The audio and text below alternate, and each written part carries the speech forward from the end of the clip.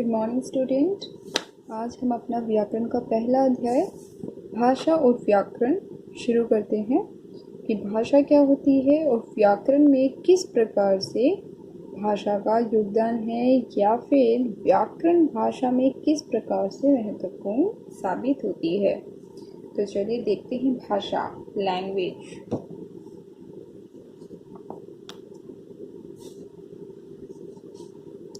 भाषा और व्याकरण। भाषा। विद्यालय में गर्मियों की छुट्टियां चल रही थी। कुछ बच्चे पतंग खरीद लाए थे। आसमान में उड़ती रंग बिरंगी पतंगे देखकर अमर का मन भी पतंग उड़ाने को कर रहा था। वह पतंग खरीदने बाजार गया। उसने पतंग वाले से बातचीत की। आइए इस बातचीत के अंश को पढ़ें।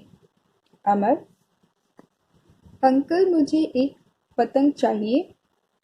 पतंग वाला: बोलो, कौन सी पतंग लोगे? अमर: वह हरी वाली पतंग कितने रुपए की है? पतंग वाला: 5 रुपए की। अमर: मेरे दोस्त ने तो यह आपसे 4 रुपए की खरीदी थी या खरीदी है। पतंग वाला: ठीक है, तुम भी 4 रुपए दे दो। अमर: मुझे एक चरखी और डोर की लच्छी भी लेनी है। पतंग वाला: अभी देता हूँ। अमर: कितने की है? पतंग वाला: 10 रुपए की चरखी और 5 रुपए की डोर।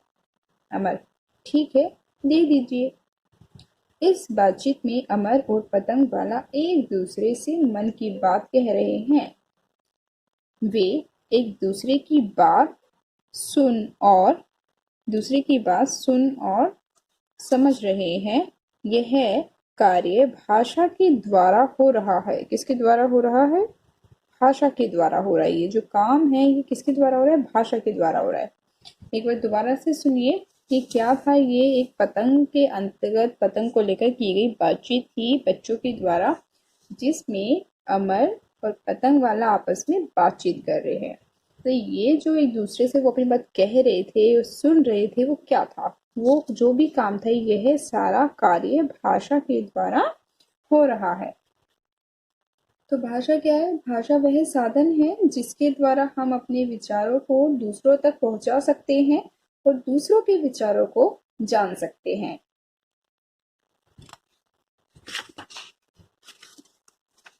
आगे चलते हैं। भाषा के रूप देखिए। भाषा के रूप। भाषा के 2 रूप होते हैं, एक मौखिक भाषा और लिखित भाषा। मौखिक भाषा। मौखिक का अर्थ होता है बेटे जो मुख से बोल के हम सब समझाते हैं, वह मौखिक भाषा के अंतर्गत भाषा आती है।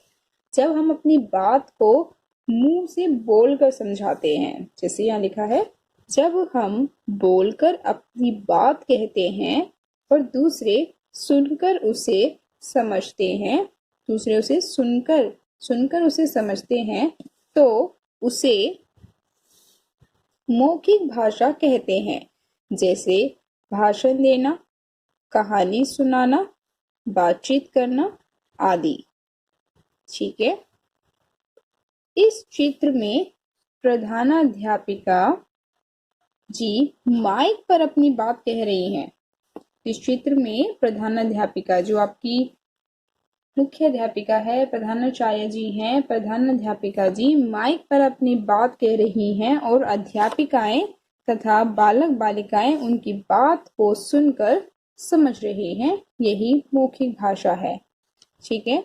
जब क्या हो रहा है, जो बच्चे हैं वो उनकी बात को सुन रहे हैं और प्रधानाचार्य जी अपनी बात कह रही हैं। अर्थात प्रधानाध्यापिका जी अपनी बात को मुख से बोलकर और बच्चे उस बात को सुनकर समझ रहे हैं। तो यही मौखिक भाषा है। दूसरा देखिए, लिखित भाषा। जब हम लिखकर अपनी बात दूसरों तक पहुंचाते हैं और दूसरे उसे पढ़कर समझते हैं तो उसे लिखित भाषा कहते हैं। जैसे पत्र लिखना, कहानी लिखना, आदि। समाचार पत्र, पत्रिकाओं, पुस्तकों आदि में लिखित भाषा प्रयोग होती है। ठीक है, समाचार पत्र, पत्रिकाओं, पुस्तकों आदि में लिखित भाषा प्रयोग होती है। इस चित्र में लतिका अपने दादाजी को पत्र लिखकर बता रही है कि उसने कक्षा में प्रथम स्थान प्राप्त किया है। देखिए, दादाजी को पत्र लिख रही है लतिका और दादाजी पत्र पढ़ रहे हैं। लेकिन लतिका ने ये अपनी बात मुंह से नहीं बोली है। किस तरीके से वो लिख रही है? वो अपनी बात को लिख के प्रकट कर रही है। वो अपनी बात कैसे बता रही है? लिख के बता रही है। तो जब वो अपनी बात लिखकर दादाजी को बता रही हैं, तो इस अपनी बात को दूसरों तक पहुंचाने का जो ये दूसरा तरीका है, इसे हम बोलते हैं बच्चों लिखित भाषा।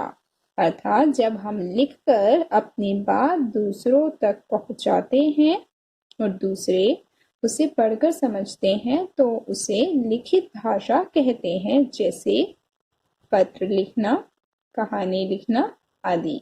समाचार पत्र, पत्रिकाओं, पुस्तकों आदि में लिखित भाषा प्रयोग होती है। इस चित्र में लतिका अपने दादाजी को पत्र लिखकर बता रही है कि उसने कक्षा में प्रथम स्थान प्राप्त किया है। वह फर्स्ट आई है, ये बता रही है वो अपने दादाजी को पत्र में लिखकर। लतिका का पत्र दादाजी के पास पहुंचता है। दादाजी पत्र में लतिका के प्रथम आने की बात पढ़कर प्रसन्न हो जाते हैं या प्रसन्न हो रहे हैं। यहाँ लतिका ने अपने मन की बात लिखकर प्रकट की है और दादाजी ने उसे पढ़कर समझा है। यही लिखित भाषा है। समझो बच्चे, समझ गए कि क्या होता है? जब हम अपनी मन की बात अर्थात जो हम चाहते हैं बोलना, वह जब हम लिख कर प्रकट करते हैं। अर्थात जब आप अपना एग्जाम देते हो तो आप अपनी अध्यापिका को उस जो आपको पेपर मिलता है, उस पेपर के प्रश्नों के उत्तर आप कैसे देते हो? मुंह से बोलकर नहीं ना, लिख कर देते हो। तब अपनी आप बात जो मैम तक पहुंचाना चाहते हो वो लिखित रूप में पहुंचाते हो। उसे हम क्या बोलते हैं? लिखित भाषा बोलते हैं। लेकिन जब ओरल टेस्ट होता है और मैम सुनती है, तो क्या होता है? तब आप अपनी मौखिक भाषा का प्रयोग करते हो। आप प्रश्न उत्तर मुख के द्वारा बोलकर प्रकट करते हो, अर्थात मौखिक भाषा का प्रयोग करते हो। ठीक है, तो भाषा के दो रूप थे, मौखिक भाषा और लिखित भाषा। एक बार दोबारा से समझाती हूँ। मौखिक भाषा वह भाषा होती है जो हम मुख से बोलकर प्रकट करते हैं। लिखित भाषा वह भाषा होती है जब हम अपनी बात को लिखकर प्रकट करते हैं। ठीक है। भारत एक भाषाएं अनेक। एक भारत में कितनी सारी भाषाएं हैं।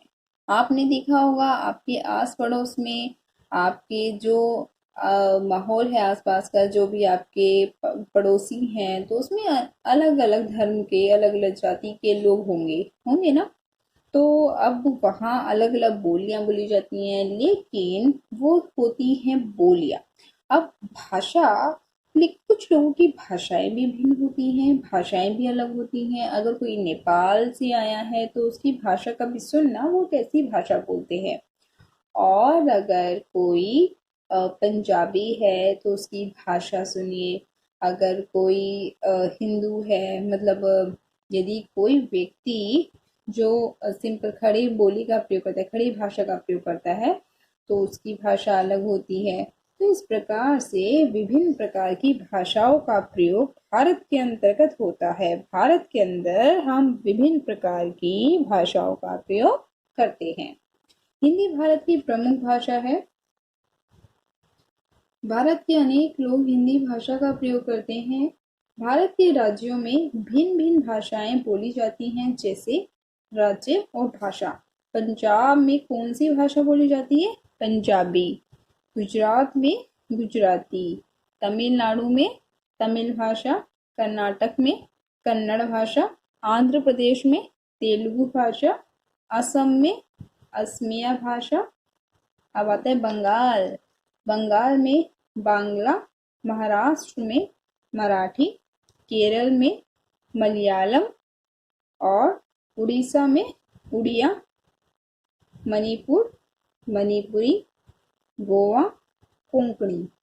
तो ये गोवा में कोंकणी भाषा बोली जाती है। तो याद रखेंगे आप सभी, इन सभी भाषाओं को आपको याद करना है। तो उनमें से जो मुख्य भाषा आपको याद होनी चाहिए वो है पंजाब, गुजरात, तमिलनाडु, कर्नाटक, असम, केरल, महाराष्ट्र, गोवा।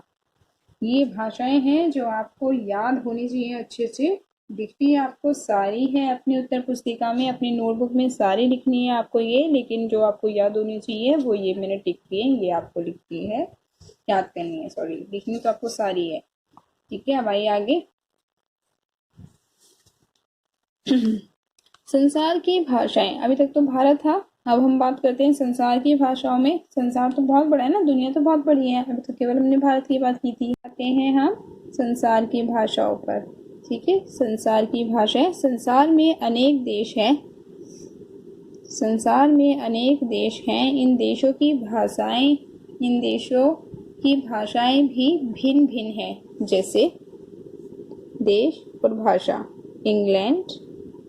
इंग्लैंड देश में कौन सी भाषा का प्रयोग करते हैं हम? अंग्रेजी भाषा का प्रयोग करते हैं।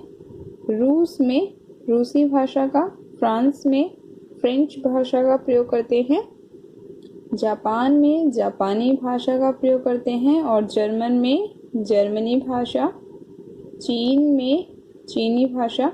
इस प्रकार से हम अलग अलग देशों में अलग अलग भाषाओं का प्रयोग करते हैं। अब आइए लिपि का। तो भाषा को लिखने के लिए बनाए गए चिन्ह लिपि कहलाते हैं। ठीक है, अगर किसी भाषा को लिखना हो तो आपको लिखने के लिए जो चिन्ह बनाए गए हैं उसको हम बोलते हैं लिपि। क्या बोलते हैं उसे हम लिपि बोलते हैं। सभी भाषाओं की लिपि अलग अलग होती है। ठीक है बेटे, जैसे हिंदी है तो हिंदी किस में लिखी जाती है? देवनागरी लिपि में लिखी जाती है। संस्कृत भाषा देवनागरी लिपि में लिखी जाती है। बंगाली जो भाषा है वो बंगाली या बांग्ला में लिखी जाती है। उसी प्रकार से अंग्रेजी भाषा रोमन में, उर्दू फारसी में, पंजाबी गुरुमुखी में। इस प्रकार से जो अलग अलग भाषाएं हैं वो अलग अलग लिपियों में लिखी जाती हैं। ठीक है, फिर आता है व्याकरण। व्याकरण द्वारा हमें भाषा के शुद्ध रूप का ज्ञान होता है। व्याकरण हमें भाषा को शुद्ध रूप में बोलना, पढ़ना और लिखना सिखाता है। नीचे दिए गए वाक्यों को पढ़ना है आपको।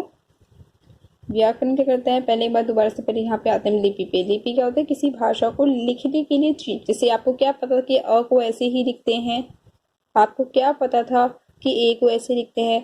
तो ये रोमन भाषा में ऐसे लिखा जाता है, और ये आपकी देवनागरी लिपि है जो इस प्रकार से लिखी जाती है।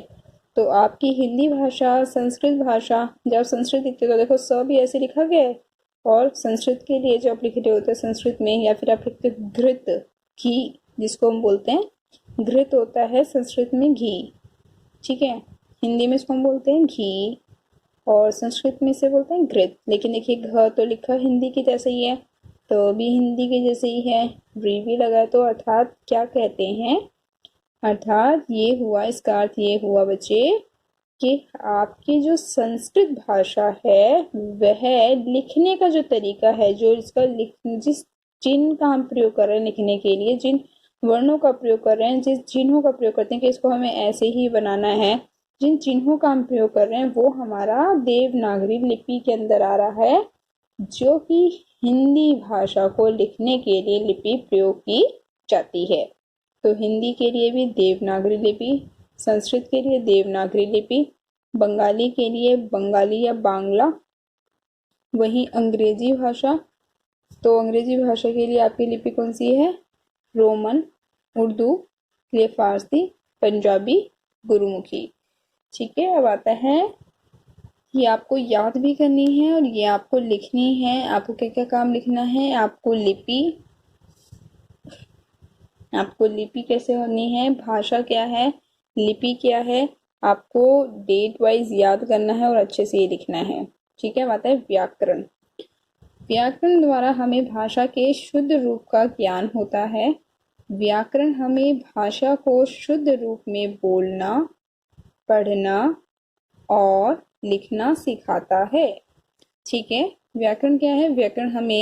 व्याकरण द्वारा हमें भाषा के शुद्ध रूप का ज्ञान होता है। व्याकरण हमें भाषा को शुद्ध रूप में बोलना, पढ़ना और लिखना सिखाता है। जैसे गाय घास खा रहा है, क्या ये सही है? अब व्याकरण क्या करता है? व्याकरण किसी भाषा का शुद्ध रूप सिखाता है। क्या मतलब है इसका? शुद्ध रूप का क्या अर्थ है? शुद्ध रूप का अर्थ है बच्चे कि जो आपने बात कही है, जो आपने बोला है, क्या वो सही बोला है? जैसे मैंने आपको एक चीज बताई होगी अभी, लेकिन ये 4th क्लास है शायद, अभी आप मेरे से नहीं पढ़े होंगे। एक वाक्य सुनिए, तुमको हिंदी आता है। आप बताइए यहाँ पे क्या गलत है वाक्य के अंदर? और एक मैं बोलूं तुमको हिंदी आती है, तुम हिंदी जानता है, तुम हिंदी जानते हो। फर्क है ना दोनों वाक्यों में? हाँ, अब जो फर्क है वही जो सही वाक्य है वो कैसे सही है, कैसे पता चलता है कि वो सही है, किस तरीके से हमें उसे सही लिखना होता है, किस तरीके से हम वाक्य को सही लिख सकते हैं, ये सारा हमें व्याकरण से पता चलता है बच्चों। व्याकरण हमें बताता है कि कौन सी भाषा भाषा के शुद्ध रूप अर्थात सही रूप का ज्ञान हमें व्याकरण के द्वारा होता है। व्याकरण हमें भाषा को शुद्ध रूप में बोलना, पढ़ना और लिखना सिखाता है। तो देखिए यहाँ पे चित्र दिखा रखे हैं दो आपको। तो पहले क्या कर रही है? गाय क्या कर रही है? घास खा रही है। यहाँ वाक्य लिखा है गाय घास खा रहा है, क्या ये सही है? दूसरा देखो, माँ मैंने आइसक्रीम चाहिए। दोनों वाक्य क्या है? अशुद्ध हैं, गलत हैं। इनको अब शुद्ध रूप लिखना है। इनका शुद्ध रूप क्या होगा?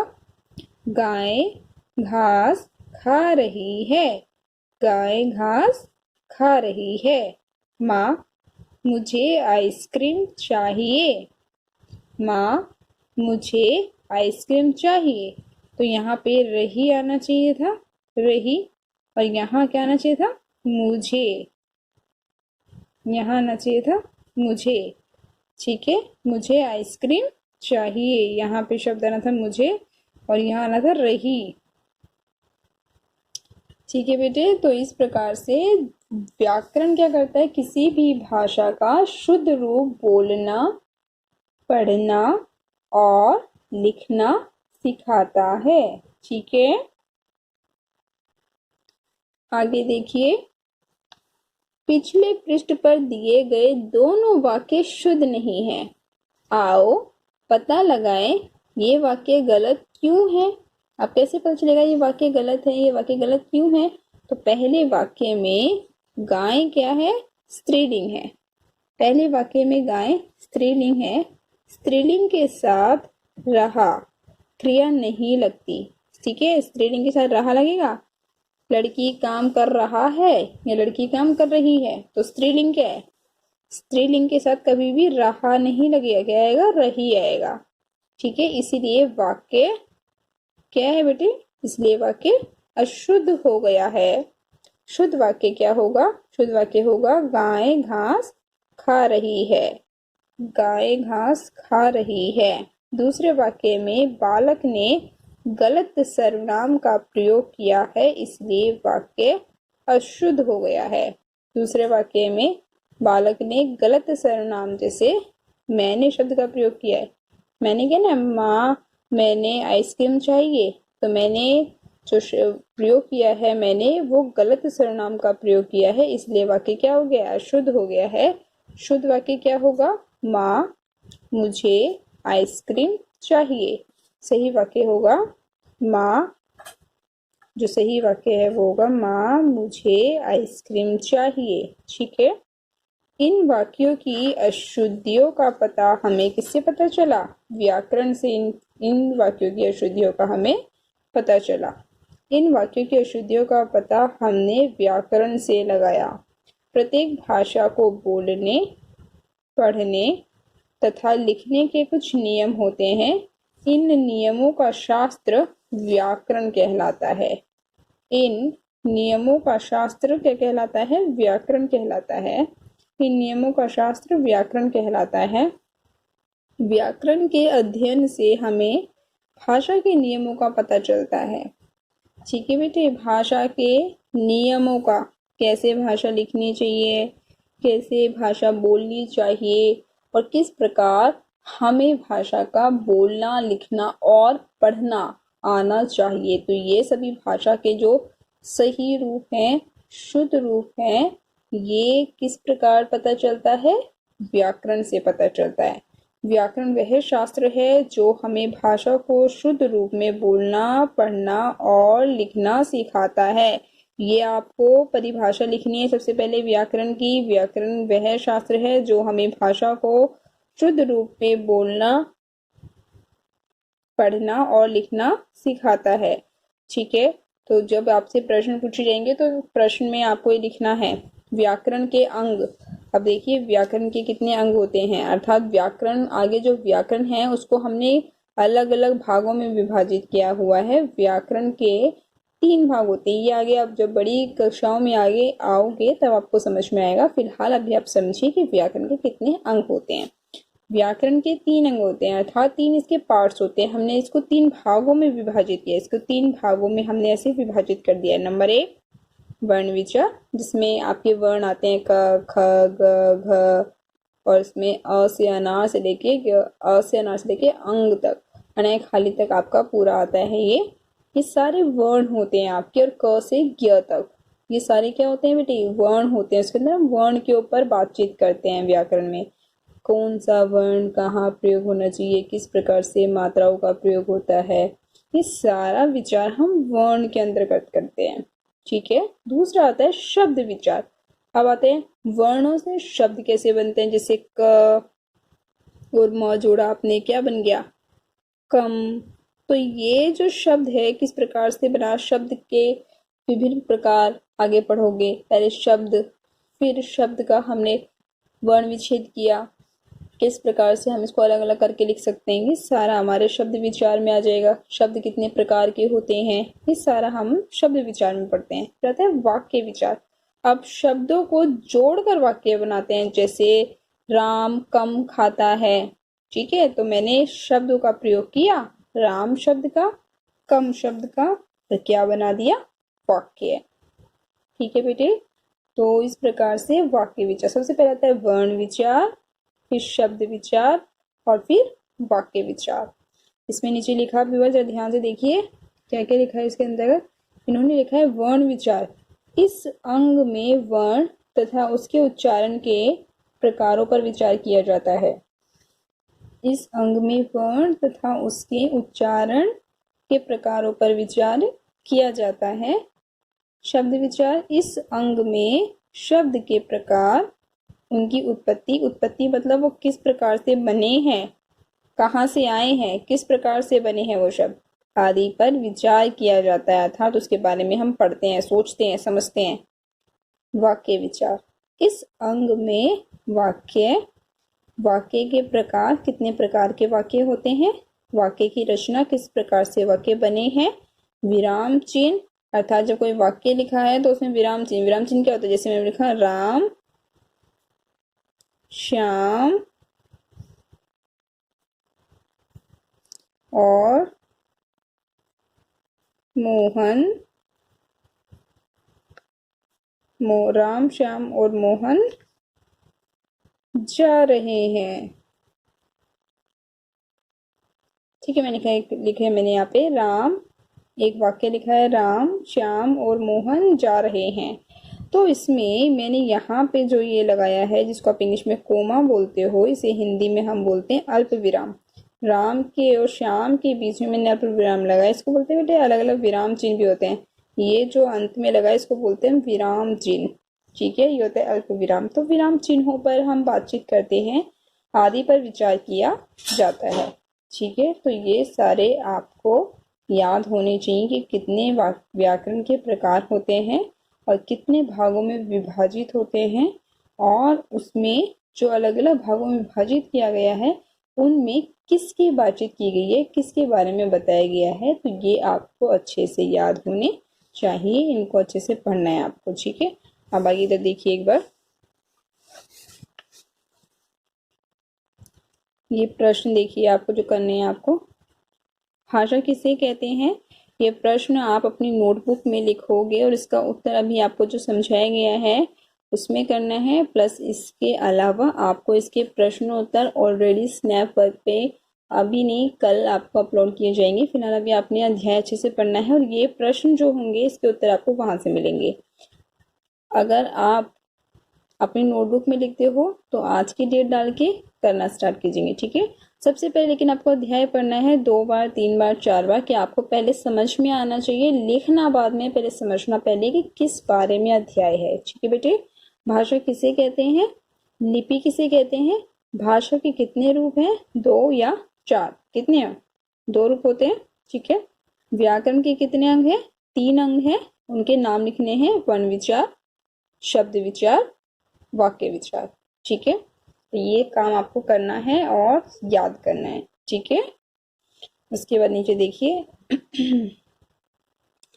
नीचे दी गई तालिका में राज्यों में बोली जाने वाली भाषाओं के नाम लिखने हैं। गुजरात में कौन सी भाषा बोली जाती है, बंगाल में कौन सी भाषा बोली जाती है, आंध्र प्रदेश में कौन सी भाषा बोली जाती है, पंजाब में कौन सी भाषा बोली जाती है और महाराष्ट्र में कौन सी भाषा बोली जाती है। ये राज्य हैं जो अभी हमने पढ़े थे पहले, और उनमें कौन कौन सी भाषाएं बोली जाती हैं ये आपको करना है। ये वाला प्रश्न भी आपको अपनी नोटबुक में करना है। ठीक है, और इसका उत्तर आपको लिखना है। ठीक है बेटे, ध्यान से पढ़िए और अपना ध्यान रखिए। ठीक है, और अगर किसी प्रकार की समस्या उत्पन्न होती है तो जरूर पूछिएगा। धन्यवाद।